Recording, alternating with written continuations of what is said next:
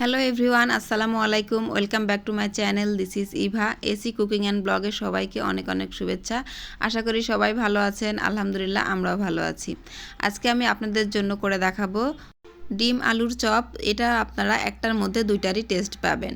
তো আমরা এর আগে কিন্তু ডিমের চপ খেয়েছি কিংবা আলুর চপ খেয়েছি, কিন্তু ডিম আলুর চপ যে একসঙ্গে বানানো যায় সেটাই আমি আজকে আপনাদেরকে দেখিয়ে দেবো। তো আশা করি আমার রেসিপি আপনাদের কাছে ভালো লাগবে, এবং ভালো লাগলে অবশ্যই আমার চ্যানেলটা সাবস্ক্রাইব করে আমার পাশেই থাকবেন, এবং যারা ফেসবুক থেকে দেখছেন তারা আমার পেজটা ফলো করে লাইক কমেন্ট শেয়ার করবেন। তাহলে চলুন আর বেশি কথা না বাড়িয়ে চলে যাচ্ছি সরাসরি মূল রেসিপিতে। এখানে আমি 3টা আলু নিয়েছি এবং আমি 3টা ডিম দিয়ে দিচ্ছি। আলু 3টা আমি মাঝখান দিয়ে কেটে এইভাবে সিদ্ধ করে ম্যাশ করে নিব। আর এদিকে আমি একটা ফ্রাই প্যানে কিছু পরিমাণ মতো পেঁয়াজ কুচি দিয়ে দিচ্ছি, কিছু কাঁচামরিচ কুচি দিচ্ছি, আর এগুলো একটু সফট হওয়া পর্যন্ত ভেজে নিব। একটু সফট হয়ে গেলে এর মধ্যে আমি কিছু চিলি ফ্লেক্স দিয়ে দিচ্ছি, এটা শুকনো মরিচ ভেজে গুঁড়ো করে নেওয়া তেল বাদে। আর দিয়ে দিচ্ছি হাফ চা চামচ পরিমাণ ভাজা জিরার গুঁড়ো। এগুলো এবার ভালো করে একটু নাড়াচাড়া করে নিয়ে এর মধ্যে আমি পরিমাণ মতো ধনিয়া পাতা দিয়ে দিচ্ছি। এই ধনিয়া পাতাটা দিয়েও কিন্তু এই পেঁয়াজটা একটু ভালোভাবে ভেজে নিতে হবে। একটু ভাজা হলে পরিমাণ মতো এবার লবণ দিয়ে দিচ্ছি। এগুলো এবার ভালোভাবে সুন্দরভাবে যাতে সিদ্ধ হয়ে যায় সেইভাবে একটু ভেজে নিতে হবে। ভাজাটা ভালো হলে কিন্তু এই আলুর চপটা সংরক্ষণ করে রাখতে পারবেন, কাঁচা থাকলে কিন্তু এটা বেশি দিন রাখা যাবে না, গন্ধ লাগবে। এবার আমি ম্যাশ করা আলুটা এর মধ্যে দিয়ে দিচ্ছি এবং একদম লো হিটে এগুলো সম্পূর্ণ ভালোভাবে মিশিয়ে নিতে হবে। 4 থেকে 5 মিনিট এটা ভেজে নেওয়ার পর যখন আপনার ফ্রাই প্যানের গা থেকে এভাবে উঠে আসবে, তখন বুঝতে হবে যে এটা হয়ে গিয়েছে। এভাবে একটু ভর্তা করে নিলে কিন্তু, ভেজে নিলে কিন্তু এই আলুর যে চপটা কিন্তু খুবই টেস্ট হয়, খেতেও কিন্তু খুবই ভালো লাগে। এবার অন্য একটি বলে আমি একটা ডিম নিয়ে নিচ্ছি এবং পরিমাণ মতো লবণ দিয়ে ফেটে নিচ্ছি। 2 থেকে 3 মিনিট এই ডিমটা ফেটে নিতে হবে। তো এখানে আমার ডিমটা ফাটা হয়ে গিয়েছে।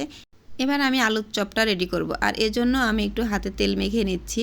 নিয়ে কিছুটা আলু এভাবে পরিমাণ মতো করে নিয়ে এভাবে গোল করে রাউন্ড করে হালকা একটু চাপ দিয়ে নিয়ে এর মধ্যে আমি এই ডিমের এক পিস আমি দিয়ে দেব। এখানে আমি একটা ডিম 4টা টুকরা করে কেটে নিয়েছি, আর এখানে আমি বিস্কিটের গুঁড়া রেখেছি। আর তো এইভাবে একটু চাপ দিয়ে দিয়ে চারপাশের মুখটা একটু এভাবে আটকে দিতে হবে। আর আলুটা তো এমনি নরম, যেভাবে সেট করা যাবে সেভাবেই কিন্তু এটা সেট হয়ে যাবে। তো এইভাবে আমি এইভাবে গোল করে লম্বা একটা শেপ দিয়ে নিচ্ছি। আর আজকের এই আলুর চপটা আমি ডবল কোট করে নেব। আর ডবল কোট করে নিলে হবে কি, একটু ক্রিস্পি হবে, খেতে ভালো লাগবে। এটা একবার কোট করে নিলেও কোনো সমস্যা নেই, তবে ডবল কোট করে নিলে আমার মনে হয় একটু খেতে ভালো লাগবে। তো আমি আরেকটা আপনাদের বোঝানোর জন্য দেখিয়ে দিচ্ছি। এই তো দেখতে পাচ্ছেন, এইভাবে একটু চওড়া করে নিয়ে এইভাবে আলুর মধ্যে ডিমটা দিয়ে সুন্দর একটা শেপ করে নিতে হবে। করে ডিমের মধ্যে একটা চুবিয়ে নিয়ে তারপরে বিস্কুটের গুঁড়োর মধ্যে কোট করে নিতে হবে।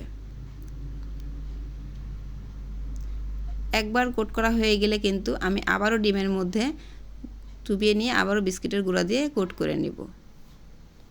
এভাবে ডবল কোট করে নিলে খুবই ক্রিস্পি হবে, খেতে কিন্তু ভালো লাগবে। আশা করি আপনারা এই জিনিসটা বুঝতে পেরেছেন। ঠিক এইভাবে বাসায় করে নেবেন, দেখবেন এটা কতটা মজার একটা রেসিপি।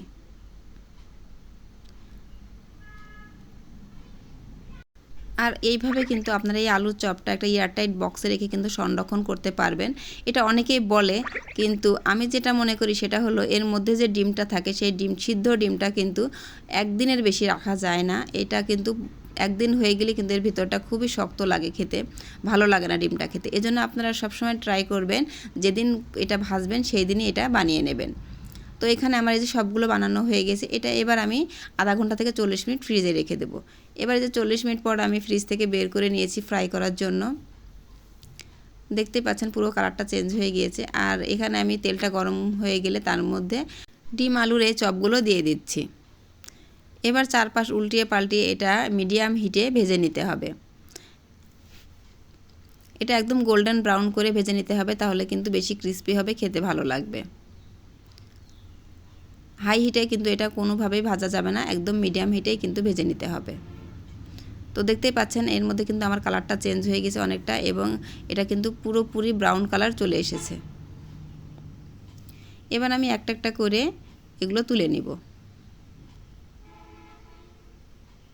এভাবে কিন্তু খুব সহজেই আপনারা ডিম আলুর এই চপটি বানিয়ে নিতে পারবেন। দেখতেও মাশাআল্লাহ অনেক সুন্দর লাগছে। তো সবগুলো আমার ভাজা হয়ে গেছে, এবার আমি সবগুলো তুলে নিচ্ছি। আর 2-3টা আলু থেকে কিন্তু অনেকগুলো চপ হয়ে যায়। তো একটা আমি কেটে এখানে দেখিয়ে দিচ্ছি। দেখেন এটা কতটা লোভনীয়। এই ডিম আলুর চপটি কিন্তু ইফতারিতে কিংবা সন্ধ্যা স্ন্যাক্সে অথবা বাচ্চাদের টিফিনেও কিন্তু আপনারা এটা দিতে পারেন। আমার এই আজকের রেসিপিটি যদি আপনাদের কাছে ভালো লেগে থাকে তাহলে অবশ্যই বাসায় ট্রাই করবেন।